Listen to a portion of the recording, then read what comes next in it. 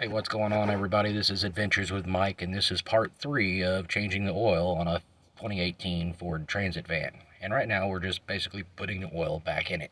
So here's where you add the oil back in your 2018 Ford Transit van. It says 5W30. It's the oil plug. You're going to twist it to the left, pull that thing off, and you're going to get a funnel, or if you're good at pouring a 5-quart jug, you can pour it right down that hole and fill yourself back up.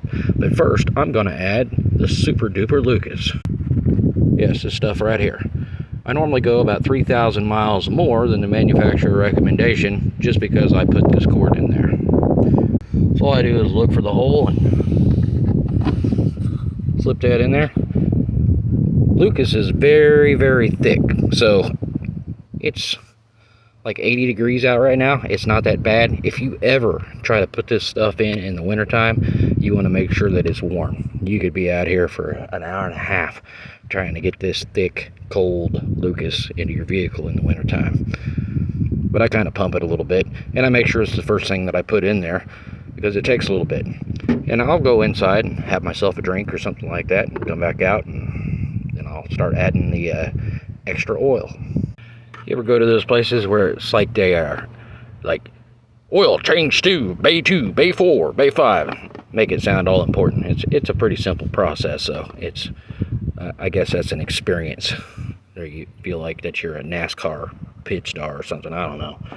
But I do like doing this type of work myself a lot of times. The thing is, it's really not that much cheaper to do it yourself in some circumstances.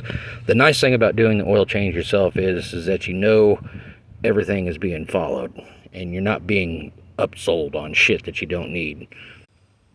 I tend to know whenever I need an extra air filter or when I need windshield wipers, but maybe not everybody's that way. But I really don't like being upsold on shit, especially whenever they sit there and tell you that you really need it, and you know from experience that you're not even close to needing that yet. They're just trying to sell you more.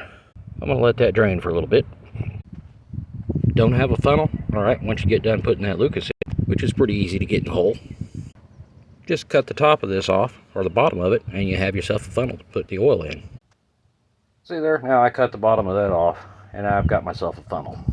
Now we're going to put the O'Reilly's brand 5W20. 5 quarts plus the Lucas, that's 6 quarts, and then we'll be done. The little funnel works pretty good. Going down in there.